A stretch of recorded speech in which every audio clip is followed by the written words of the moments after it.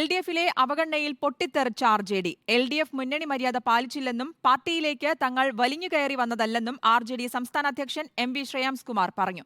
പിണറായി നൽകിയ ഉറപ്പുകൾ മറന്നെന്നും പുനഃസംഘടനയിൽ മന്ത്രിസ്ഥാനം വേണമെന്നും RJD നേതൃത്വം വ്യക്തമാക്കി. 2018 രാജ്യസഭാ സീറ്റുമായി ഇടതുമുന്നണിയിലെത്തി. രാജ്യസഭാ സീറ്റ് CPIക്ക് വിട്ടു നൽകി.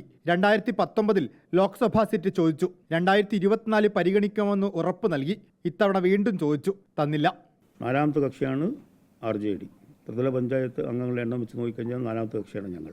അങ്ങനെ ഇരിക്കെ ഇത്തവണ വന്നപ്പോൾ CPM അങ്ങനെ വിട്ടുവീഴ്ച, പക്ഷേ CPI അതിന് തയ്യാറായില്ല. ഞങ്ങളുടെ സീറ്റാണ് 2022 CPI എടുത്തത്.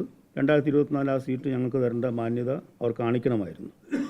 ഇപ്പോൾ മുന്നണി ഒരു കെട്ടുറപ്പ് എന്ന് പറയുന്നത് എല്ലാ കക്ഷികളെയും ഒരുമിച്ച് നിർത്തുക എന്നുള്ളതാണ്. പ്രത്യേക പരിഗണന മാത്രം ചില ആൾക്കാർക്ക് ലഭിക്കുന്നതിൽ അഭിപ്രായ വ്യത്യാസമുണ്ട്. മന്ത്രിസ്ഥാനം മുന്നണിയിൽ എല്ലാവർക്കും നൽകി. RJDക്ക് മാത്രമില്ല. JDSന് നൽകുന്ന പരിഗണന പോലും നൽകുന്നില്ല. മന്ത്രിസ്ഥാനമെന്ന ആവശ്യത്തിൽ പിന്നോട്ടില്ലെന്നും ശ്രേയാംസ് കുമാർ. നമ്മൾ തുടക്കം മുതലേ ആവശ്യപ്പെട്ട മന്ത്രിസ്ഥാനം എല്ലാവർക്കും നൽകി. മുന്നണിയിൽ അർഹതപ്പെട്ട ഞങ്ങൾക്ക് മാത്രം പരിഗണിച്ചില്ല. 2.5 വർഷം കഴിയുമ്പം അത് കിട്ടുമെന്നാണ് ഞങ്ങൾ പ്രതീക്ഷിച്ചിരുന്നത്. അതും നടന്നില്ല. എന്തിൻ്റെ പേരിലാണ് നമ്മളെ മാത്രം മാറ്റി നിർത്തുന്നത്? അതിൻ്റെ കാര്യം എന്തുകൊണ്ടാണ് ഞങ്ങൾക്ക് ഇനി മനസ്സിലായിട്ടില്ല. അപ്പോൾ പാർട്ടി അണികളുടെ ഇടയിൽ, പാർട്ടി നേതൃത്വത്തിലും അതിയായ അസംതൃപ്തിയുണ്ട്. UDFിലേക്ക് ക്ഷണിക്കുന്നുണ്ട്. UDFിൽ പരിഗണന കിട്ടിയിരുന്നു. അവഗണന സഹിച്ചു മുന്നണിയിൽ തുടരേണ്ടതില്ലെന്നാണ് പ്രവർത്തകരുടെ വികാരം. എന്നാൽ 2009 മുന്നണി വിട്ട സാഹചര്യം നിലവിലില്ലെന്നും ശ്രേയാംസ് കുമാർ വ്യക്തമാക്കി. റിപ്പോർട്ടർ, കോഴിക്കോട്.